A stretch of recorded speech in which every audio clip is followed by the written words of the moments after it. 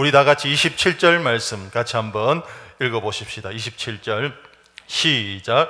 그 후에 예수께서 나가사 레위라 하는 세리가 세관에 앉아 있는 것을 보시고 나를 따르라 하시니, 바로 레위라는 사람이 집단적으로 미움을 받아요.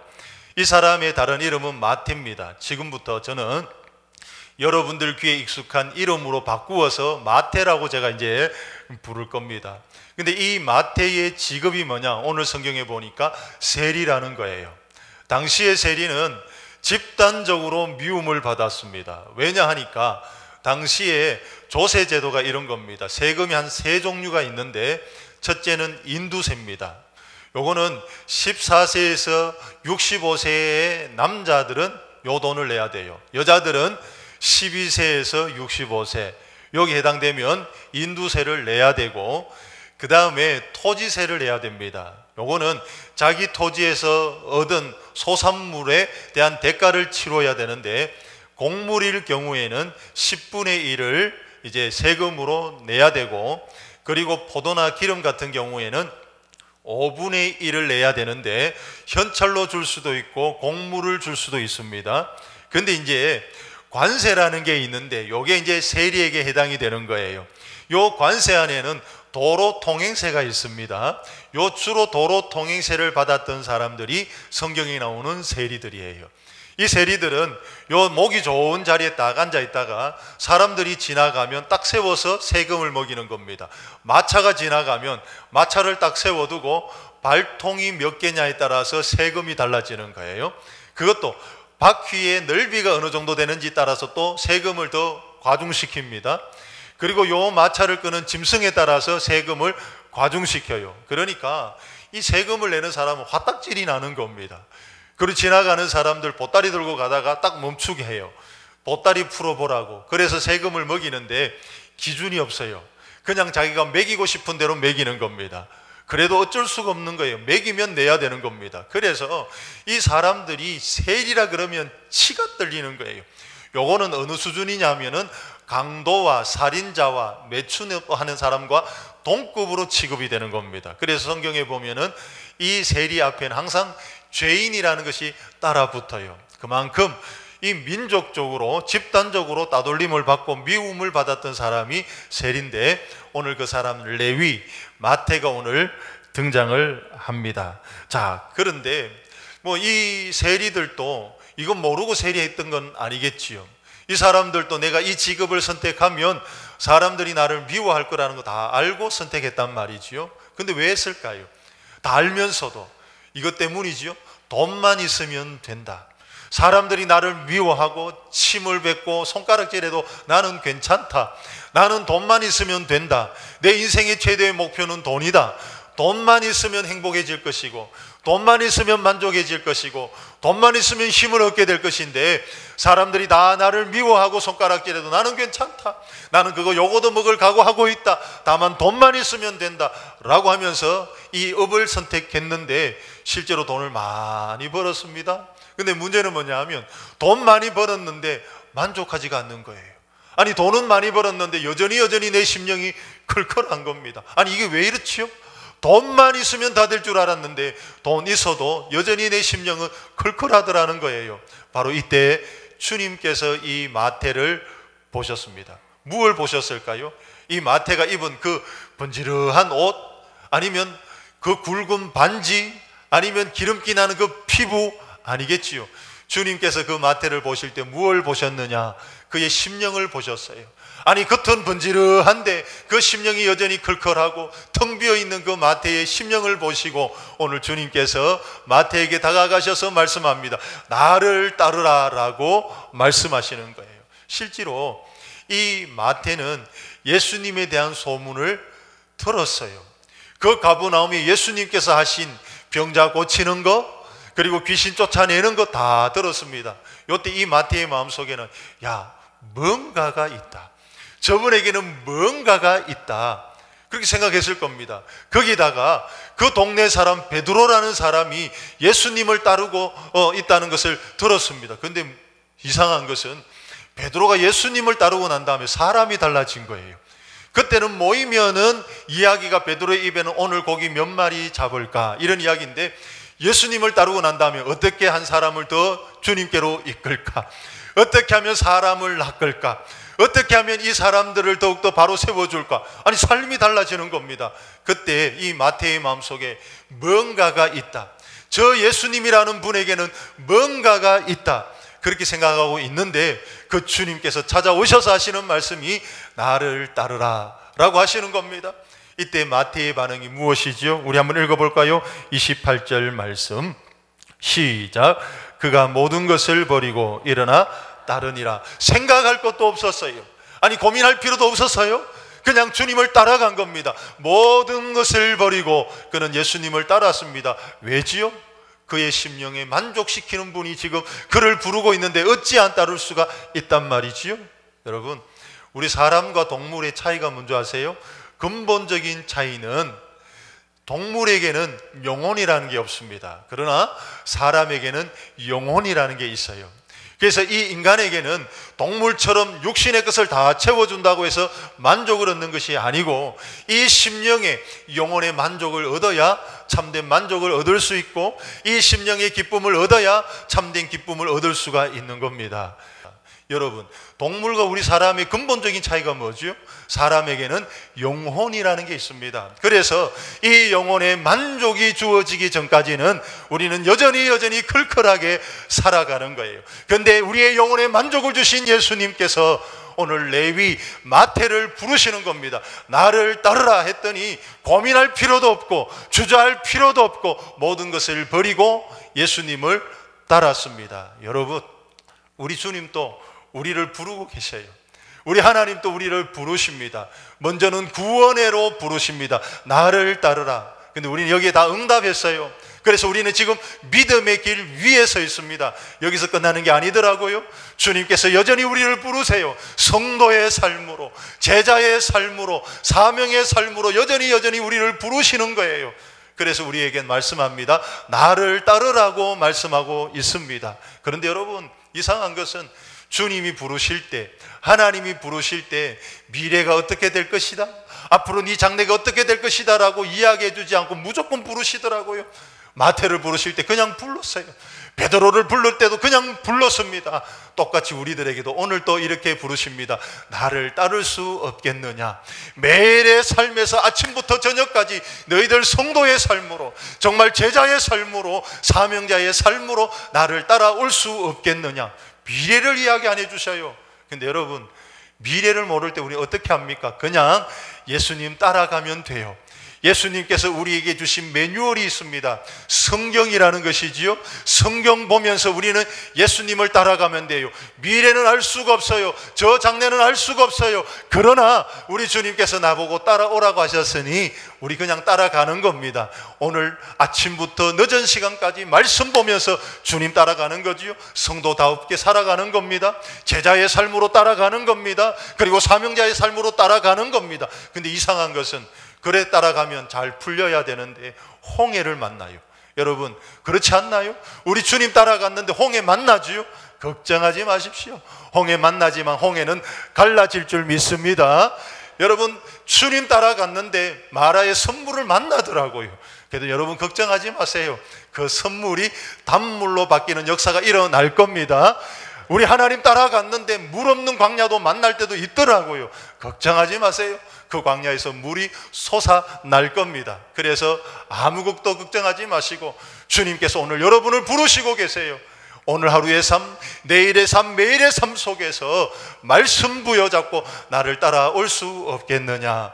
여러분 모두 다가 예수님 따라가시고 말씀 따라가시기를 주의 이름으로 간절히 축원합니다. 자, 그런데 예수님 따라가면 어떻게 되느냐? 우리 한번 성경을 읽어보십시다. 29절 말씀입니다. 다 같이 읽습니다. 시작. 레위가 예수를 위하여 자기 집에서 큰 잔치를 하니 세리와 다른 사람이 많이 함께 앉아 있는지라. 이제 레위 마태는 잔치를 벌이는데 큰 잔치를 벌이고 있어요. 이것입니다. 예수님 따라가면 잔치집 인생이 되는 거예요. 예수님 따라가면 잔치의 인생이 되는 줄 믿습니다. 이 요한복음 2장에 보면 예수님의 첫 번째 표적이 나오잖아요. 그게 뭐지요? 가나 혼인 잔치가 벌어졌습니다. 근데 문제를 당했지요. 그 가나 혼인 잔치집에 정말 중요한 것, 잔치집에 정말 중요한 것, 포도주가 떨어졌다는 거예요. 문제를 만났습니다. 기쁨이 상실되고 있습니다. 여러분, 솔직히 그게 우리의 모습 아닌가요? 하나님 없이 살아갔을 때 우리의 인생이 문제를 만난 인생이고 기쁨이 상실되어져 있는 인생 아닌가요? 근데 주님께서 물이 변하여 포도주가 되게 하셔서 잔치집을 회복시켜 주시는데, 우리 예수님 왜 이 땅에 오셨느냐? 문제 만난 인생, 기쁨을 상실한 인생, 컬컬한 인생에게 잔치집 인생으로 회복시켜 주시기 위해서 이 땅에 오신 거거든요. 그래서 주님 따라가면 우리의 삶이 매일마다 잔치집 인생 되는 줄 확실하게 믿습니다. 그래서 아마 이 마태는 예수님 따라간 다음에 아주 행복했을 겁니다. 그래서 너무너무 행복했을 거예요. 정말 행복했을 겁니다. 그걸 어떻게 알 수 있느냐고요? 그가 기록한 마태복음을 보면 마태가 얼마나 행복했는지를 잘 알 수가 있습니다. 오늘 요거를 한 몇 개 확인해 보십시다. 우리 마태복음으로 넘어가서 1장 2절 말씀 우리 찾아서 함께 읽어 보십시다. 시작. 아브라함이 이삭을 낳고 이삭은 야곱을 낳고 야곱은 유다와 그의 형제들을 낳고. 마태는 마태복음을 기록했어요. 그리고 첫 번째 장에는 예수님의 족보를 담았습니다. 자, 그런데 그 족보를 시작하면서 이렇게 시작합니다. 아브라함은 이삭을 낳고. 여러분, 맞아요, 틀려요? 제가 볼 땐 틀린 것 같아요. 왜지요? 여기에는 이삭이 들어가면 안 되고 이스마엘이 나와야 됩니다. 에이, 목사님, 이삭이 원래 부인에게 낳고 이스마엘은 종에게 낳았는데 어떻게 거기 들어갈 수 있습니까? 그건 우리 생각이고, 당시에는 종이 애를 놓을 수가 있는데 애를 놓을 때는 여주인 무릎 위에서 해산을 해요. 그래서 여주인 무릎 위에서 이 종이 해산을 하는데 애기가 탁 나올 때 어떻게 받아들이느냐? 이 애는 여주인의 몸에서 나왔다, 이렇게 받아들이는 겁니다. 그래서 이거는 종에게 나와도 법적으로는 장자가 되는 거예요. 그러면은 여기에는 누가 나와야 되느냐 하면 아브라함에게서 이스마엘이 낳고, 이렇게 돼 있어야 되는데 이상하게도 이삭이 나왔어요. 그래도 우리 한국적 개념에서 그래도 많이 양보해서 그래도 원래 부인에게 나왔으니 이거는 좀 봐줘야 되지 하면 넘어가십시다. 그 다음에는 더 이상한 것은 이삭은 야곱을 낳고. 맞아요, 틀려요? 틀리지요. 야곱은 쌍둥이입니다. 형이 분명히 있어요. 누굽니까? 에서지요. 그러면은 이삭은 에서를 낳고 해야 되는데 차자의 이름이 딱 나옵니다. 요거는 이상한 족보예요. 뭔가 이상하다. 그 다음은 더더욱 이상합니다. 야곱은 유다를 낳았대요. 유다는 첫째도 아니고 둘째도 아니고 셋째도 아니고 넷째 아들인데 왜 이 족보에 유다가 나왔을까요? 그러니까 이 마태복음의 첫 번째 예수님의 족보는 좀 이상한 족보입니다. 뭔가 이상해요. 자, 그 다음에 이 족보에는 여자 이름이 들어가면 안 되는데 당시에 여자 이름을 몇 명을 써놨습니다. 그 중에 첫 번째가 다말이라는 여성인데, 이 다말은 시아버지하고 관계 맺어서 애를 낳은 여인이지요. 어떻게 이런 여인이 감히 예수님의 족보에 들어갈 수 있을까? 이게 좀 이상하지요. 요거는 또 봐주더라도 그 다음에는 라합이 등장합니다. 라합은 여리고의 기생입니다. 매춘부예요. 아니, 매춘부가 어떻게 예수님의 족보에 들어갈 수 있느냐? 이건 말도 안 되지요. 그런데 더 이상한 것은 룻이라는 여인입니다. 성경에 보면 여호와의 총회에 못 들어가는 족속이 있는데 암몬과 모압은 못 들어가요. 근데 룻은 모압 여성입니다. 여호와의 총회도 못 들어가는 그 여성인데 어떻게 예수님의 족보에 이름이 들어갈 수 있느냐? 이상하지요. 그 다음에 바세바가 나옵니다. 남편이 있는데도 이 다윗과 관계를 맺어서 애를 낳은 여인. 아니, 어떻게 하나같이 이런 여인들이 다 예수님의 족보에 들어갈 수 있을까? 아무리 연구해봐도 이 예수님의 족보는 신비롭고 이상하고 뭔가 있는 그런 족보인데, 가만히 생각해보면 딱 하나 발견하는 거 있습니다. 뭐냐 하면 그 족보에 들어가 있는 사람들이 다 보면 은혜로 들어가 있는 거예요. 그게 들어갈 수 있는 자격이 아무것도 없는데 은혜로 다 그 족보에 들어가는 거예요. 그래서 예수님의 족보는, 결론은 이것입니다. 은혜의 족보다. 그 은혜의 족보에 누가 들어가 있어요? 마태가 들어가 있는 거예요. 그 족보에 누가 들어가 있어요? 저와 여러분의 이름이 들어가 있는 줄 믿습니다. 그래서 마태는 그 마태복음을 쓰면서 이런 고백하지 않았겠어요? 너무너무 감사합니다. 저 같은 인생이 하나님의 자녀 된 것 너무너무 감사합니다. 저는 행복합니다. 이런 고백을 했겠지요. 자, 그 다음에 마태복음 5장 3절 말씀을 우리 한번 보십시다. 시작. 심령이 가난한 자는 복이 있나니 천국이 그들의 것임이요. 마태복음은 그 구성이 5개의 강화로 되어 있습니다. 쉽게 표현하면 5개의 설교로 되어 있는 것이 마태복음이에요.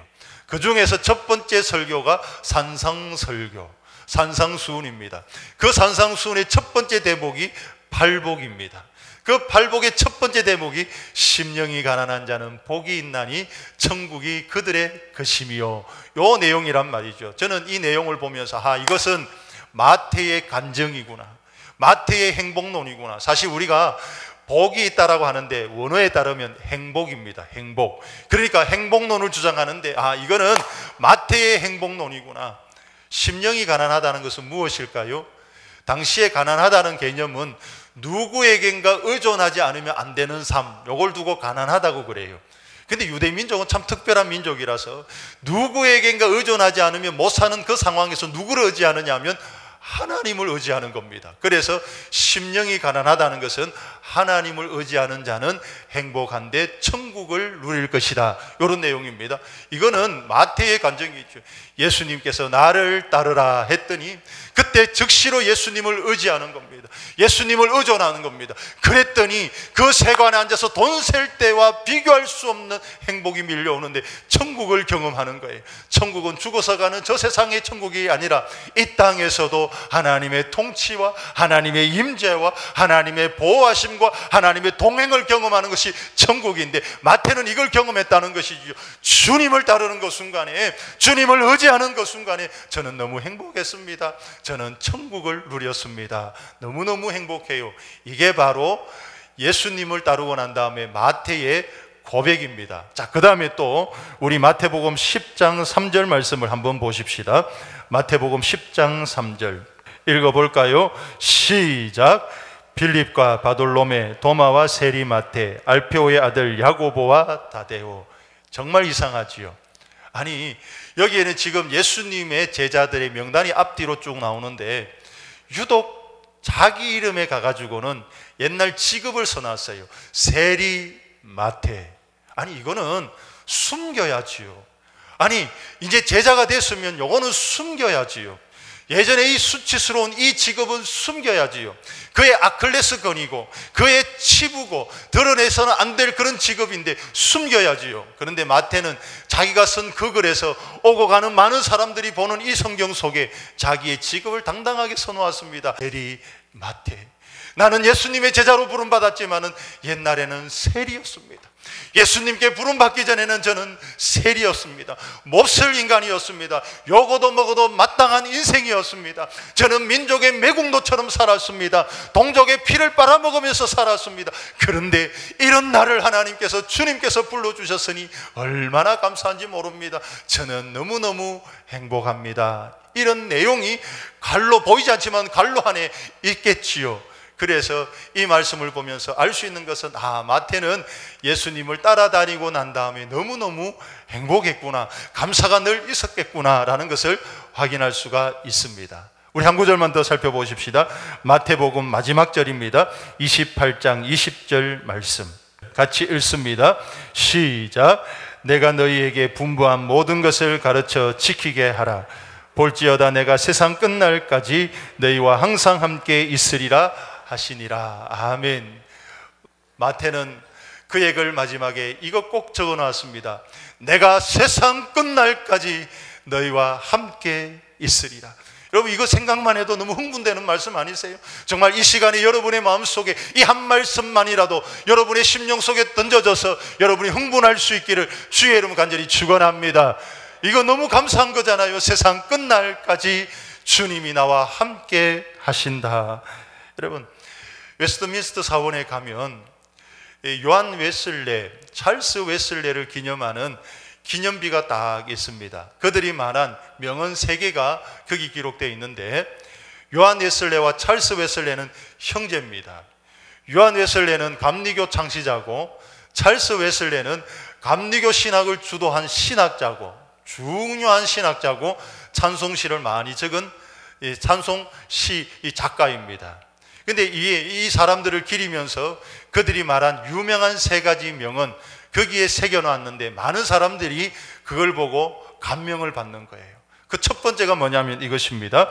세계는 나의 교구다. 그리고 두 번째는 하나님께서는 당신의 일꾼은 땅에 묻으시나 당신의 일은 계속해 나가신다 라는 것이고, 마지막 3번째는 요한 웨슬레가 임종할 때 2 팔을 다 펼쳐서 마지막 한 말을 적어놨어요. 저는 여러분들도 언젠가 하나님 앞에 갈 때 2 팔을 다 벌려서 힘 있을 때 마지막 메시지로 이걸 남기면 어떨까라는 생각을 합니다. 요한 웨슬레가 이렇게 말했습니다. 세상에서 가장 좋은 것은 하나님께서 우리와 함께 하시는다는 것이다. 이렇게 남겼어요. 그래서 죽기 전에 이 말을 남긴 겁니다. 세상에서 가장 좋은 것은 하나님이 나와 함께 하신다는 것이다. 그래서 이게 그 기념비 마지막에 딱 새겨져 있습니다. 여러분, 하나님이 우리와 함께 하신다는 것 얼마나 흥분이 됩니까? 하나님이 우리와 함께 하시는 줄 확실하게 믿습니다. 자, 그런데 이 마태는 예수님을 따라다니고 난 다음에 이 확신이 확 생기는 거예요. 예수님이 이 땅에 계시지 않을 때도 이 확신 속에서 살아갔던 인생 마태입니다. 그러니까 마태는 예수님을 따른 다음에 잔치집 인생으로 산 거예요. 여러분, 이 마태는 돈 셀 때 기분이 별로 안 좋았습니다. 아니, 잠시는 좋았는지 모릅니다. 그러나 마음이 여전히 클컬했습니다. 아무리 돈을 세어도, 침을 발라가면서 돈을 세어도 여전히 마음이 클컬했습니다. 그러나 주님을 만난 다음에, 주님의 그 부르심에 응답한 다음에 그의 인생은 클컬한 인생이 아니고 잔치집 인생으로 살게 되었다는 것이지요. 여러분 어떠세요? 우리는 예수님을 믿습니다. 여러분 잔치집 인생으로 살아가시나요? 아니면 여전히 클컬한 인생으로 살아가시나요? 그렇다면 우리는 예수님을 믿는데 왜 우리는 여전히 클컬한 인생으로 살아갈 수밖에 없습니까? 여러분, 그건 정상적인 게 아니겠지요. 그러면 왜 그렇게 살아가나요? 한 가지 이유 때문에 그래요. 여러분, 이것을 꼭 붙드시고 오늘 이 자리를 떠나셔야 되는 거예요. 주님께서 오늘도 여러분을 부르십니다. 성도의 삶으로, 성도다운 삶으로 여러분을 부르시고, 여러분을 제자의 삶으로 부르시고, 사명자의 자리로 여러분을 부르고 있습니다. 여러분이 응답하지 않는다면 여러분은 여전히 믿음 위에 있으나 하나님의 그 엄청난 신비로운 은혜를 누리지 못하고 여전히 클컬한 모습으로 살아가게 될 거예요. 그러나 여러분들이 오늘 이 말씀 부여잡고, 아픔 보이지 않지만은, 장래에 대해서 다 말씀하지 않았지만은 그냥 나를 따르라고 하신 그 하나님의 부름 앞에 응답하셔서 매일마다 믿음의 발자국을 떼신다면 여러분 분명히 매일마다 잔치집의 인생으로 살아가게 될 겁니다. 모쪼록 여러분 모두는 주님을 따라갈 수 있기를 주의 이름 간절히 축원합니다. 그래서 잔치집을 누리시는 여러분 되시기를 주의 이름 간절히 축원합니다.